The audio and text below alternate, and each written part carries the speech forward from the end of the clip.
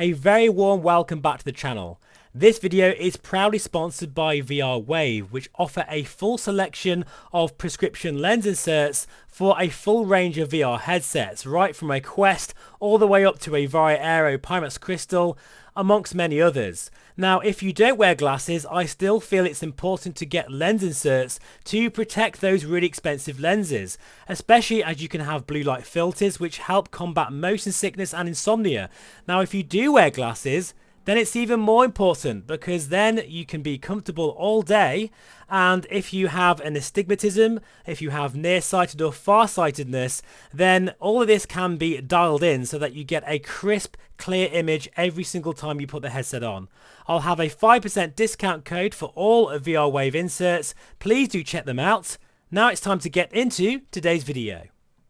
I think it's fair to say that VR has had a turbulent time of the past couple of years, especially if you think back to when HP, well, basically decided to stop making the Reverb G2, and then with Windows Mixed Reality all but being disbanded, then the Vario Aero, which was a massive deal for the PC VR industry, and I am quite proud to be part of that movement. Well, unfortunately at the end of this year, the support for the Aero will be finishing.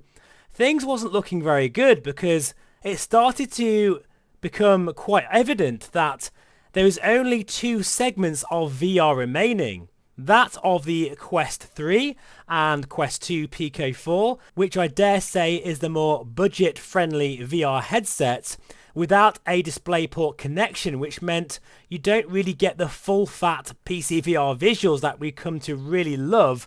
And then we had a huge jump in price when the likes of the Vario Aero Pimax Crystal came to the market, and most people couldn't afford that high-end price tag. Headsets such as the Valve Index, Vive Pro and Vive Pro 2 and Reverb G2, that mid-range PC VR segment, well, it was all but gone. And it was really such a difficult time for many of you to decide which headset you should go for next. Now, in some ways, I think the Quest 3 does help fill that void, because with the advent of Virtual Desktop, it is a much better experience than any other wireless headset I've ever experienced so far. And in fact, you're watching Quest 3 video footage right now. And people were starting to think that perhaps the Quest 3 is that Reverb G2 replacement. Well, I don't think it is. I still don't think it is. Unless you want a headset that does it all, because the Quest 3 is that headset. It's fantastic. But for PC VR flight simulation, for a mid-range price point, I was so glad when the Pimax Crystal Lite became a thing. And it was an absolute pleasure when I first tried it. I was so excited, and for very good reason. Even headsets such as the Somnium VR1, which, as incredible as it is, in some ways I was more excited by the Crystal Lite because it meant more to most people. Finally, we could get that beautiful 35 ppd QLED display for a reasonable price. But if that's not your thing and the headset is too big and bulky for you, then there is now headsets such as the Big Screen Beyond, which actually I think is a pretty reasonable price if you think that this headset, it's the most comfortable, the lightest, smallest VR headset on the planet with a high resolution OLED screen. And then, on top of that, if you think that we do still have the super high-end VR headsets coming out, and of course the Somnium VR1 is an absolute hammer blow to anyone who really wants the full experience of having mixed reality pass-through and high-end PC VR visuals.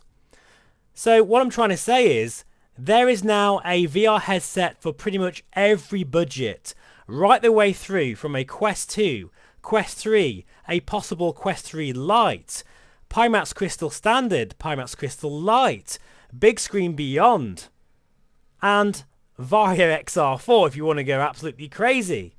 And I think this is also the perfect time for a new flight sim to get us all excited again. And of course, with the advent of Microsoft Flight Simulator 2024 on the horizon, and the Asobo team have announced that there is going to be better VR integration, it's going to be more native rather than tacked on, I think that 2024 is a golden year for both VR and flight simulation. Another great example is controllers. When I first started simming, there was only Cytec and CH. That was it. Nowadays, we have a whole host of different brands that are bringing incredible force feedback solutions, as well as more affordable flight controllers and yokes, throttle quadrants, haptic seats, motion platforms. It really is an absolutely amazing time to be a flight simmer, and I can't believe that my hobby has gone this berserk this year. I would love to know your thoughts on this subject, but I truly feel that this is an explosive year for both VR and flight simulation, and I can't wait to see what comes next. Thank you so much for watching as always, I truly appreciate it. Please feel free to subscribe, and I'll see you again very soon. Bye bye for now.